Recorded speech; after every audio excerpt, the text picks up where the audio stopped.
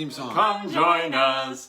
We hope you will as we sing our favorite songs from Broadway. It's been so long, I forgot we had a theme song. Oh, I love this musical. I think it is one of the most clever, charming. I did this show in high school. Well, I decided to wear a nicer shirt for this show because this show has a certain elegance to it. I'm wearing my dress. Oh yeah, you look beautiful. You just noticed? Show. Poof, So here I was. Poof, here you. Yes, right. Like magic. That's a beautiful set. It's like a little jewelry box. It just pops open. It's elegant. They work lovely. in a perfumery. Budapest Budapest right? in the 1930s. Everybody is coming into work. Amalia, who is our leading lady. Apparently in the 1930s in Budapest, that was not a common thing for ladies to do. Single ladies. Single ladies, Married ladies right? work, but not single ladies. Not single ladies of 35. I love this role because I could play this role. It's fun. The beginning of this show actually starts off with a very proper opening number. Good morning, good day. But hats are required, actually. Oh. So I got some hats. Okay, hats. So I'm going to be playing. Let's see. What's Sipos. Sipos. Now, just so you know, he's kind of a jaded, grumpy man. That's the role I played in high school. I'm Arpad, who is the delivery boy. So I thought I put you in a baseball cap, but the only one I could find is the Small World baseball cap. Doesn't he have the young man on a bicycle kind of thing? Oh, you start. Yes. Okay. I start. Coming into work. Good morning. Good day. How are you this beautiful day? Isn't it so beautiful morning? Very. Mind if I take the day off? Arpad, why aren't you old enough to take me away from all this? I'm old enough. Well, then marry me and I'll quit my job. What a rare, magnificent morning. Is it? Good morning, my dear. How are you this ravishing day? You know you've never looked more exquisite. Thank you, kind sir. Well, if it isn't Mr. Novak. Good morning. Good day. Isn't that a beautiful sky? What a perfect summer weather. It's too nice a day to be indoors counting out change. Let's all run away. Wouldn't it be something if we all took off from work? Why not have a picnic? I could bring my wife's preserves, champagne and ice with hot hors d'oeuvres. If it costs that much to get suntanned, I'll stay untanned, pale but solvent. Oh, well.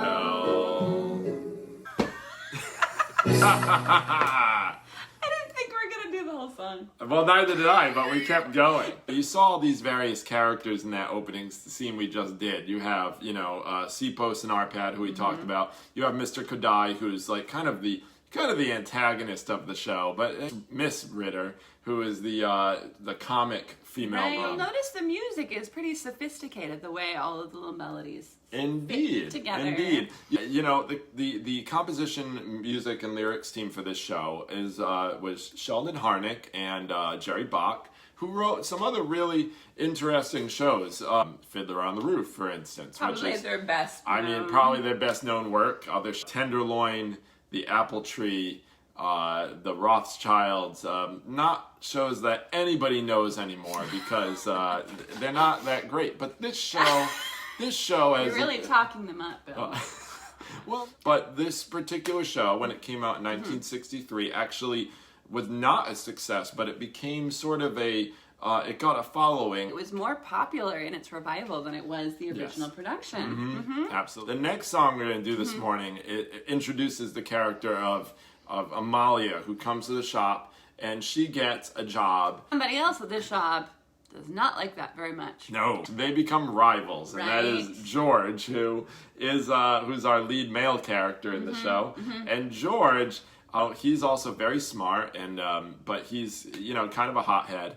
of a character, and he's also a very nervous character. He's very, very nervous and anxious a lot. The film You've Got Mail, which was inspired by the same the original play and movie of this Little Shop Around the Corner. They made that modern version with Meg Ryan and Tom Hanks. So You've Got Mail, which is all about email rather than snail mail. So clever. So Amalia is now in this song describing to Miss Ritter.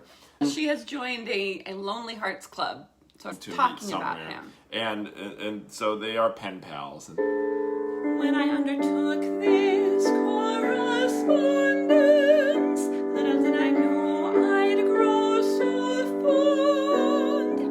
Little did I know our views would so correspond. The more I read, the more I find we're one in mind and heart.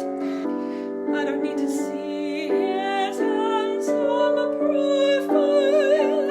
I don't need to see his manly frame. All I need to know is in each letter, each long revealing letter. I couldn't know him better if I knew his name. Because somebody mentioned Little Shop of Horror. Chris said that'd be an interesting mashup. Little Shop Around the Corner about a man eating plants that writes Lonely Hearts correspondence. So the plant itself was writing correspondence. How about that? That could be fun. Yeah. Oh boy. Anyways. Yeah. So of course, so they decide they're gonna meet, right? George and Amalia. They don't know that they are actually rivals in the shop, that they actually can't stand each other. Right. But to meet at a restaurant at 8 o'clock that night, and he's so frantic, and it's great. Awesome. So this is Tonight at 8. I'm taking her for dinner to a charming old cafe, but who can eat tonight at 8? I feel a combination of depression and elation. What a state to wait at 8. 3 more minutes, 2 more seconds, 10 more hours to go. In spite of what I've written, she may not be very smitten, and my hopes, perhaps, may all collapse. Tonight I'll walk right up and sit right down beside the smartest girl in town, and then it's anybody's guess. More and more I'm breathing less and less. Alright, who knows, I might propose tonight at 8. They each go to the restaurant that night. She's waiting there, and she has a rose and a book. And a book. Right? Anna Karenina. She's smart. Very smart. And smart people. George is dear friend, as they call it in the musical. Right. And so he basically... He goes through all the feelings. Meanwhile, she's just sitting there, still waiting. But she's so upset and doesn't go into work the next day, right? Right. Is that it? She calls in sick. And then he goes to her apartment. He feels bad. Yes. Good. He should. Yes, he should. And he brings her vanilla ice cream. I am so sorry about last night. It was a nightmare in every way. But together, you and I will laugh at last night someday. Ice cream, he brought me ice cream, vanilla ice cream. Imagine that. Will wonders never cease? Will wonders never cease? It's been a most peculiar day.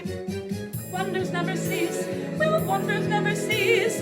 Oh, where was I? You were outside looking bald. Oh my.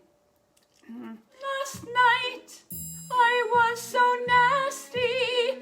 Well, he deserved it, but even so, he came to offer me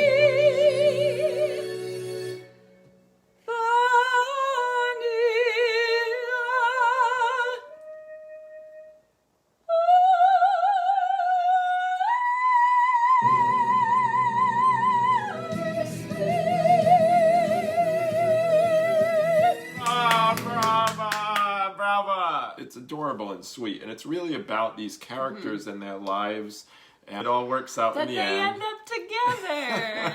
And everybody's happy. Except for that one guy, Mr. Kadai, who quits and leaves. It's been grand knowing He's like, you. fine, I'm leaving, but I have one more song. Yeah, this is our last song, which is the theme song of the show. That's right. Okay. She loves me. So, Yesterday she loathed me, bah, now today she likes me, ah, and tomorrow,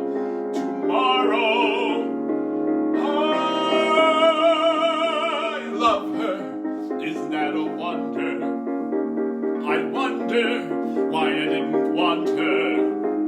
I want her, that's the thing that matters, and matters are improving daily. Yesterday I loathed her, bah, now today I love her, and tomorrow,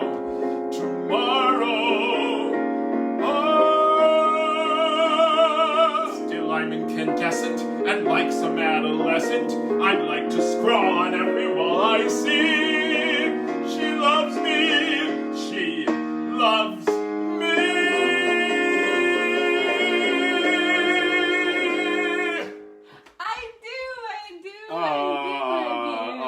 I would love to play the role of George, even though it's slightly high for me. Just wear tight pants. Oh, thanks, honey.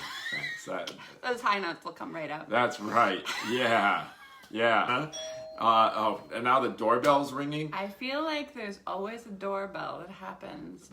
Somebody. Good thing he's wearing real pants. Just a package. Evelyn, wait, what? Oh, yeah. I never do the show. You were walking, and I said, "Good thing he's wearing pants." Oh, good thing. I mean, well, no, you're right. Sometimes. Yes, indeed. Good thing.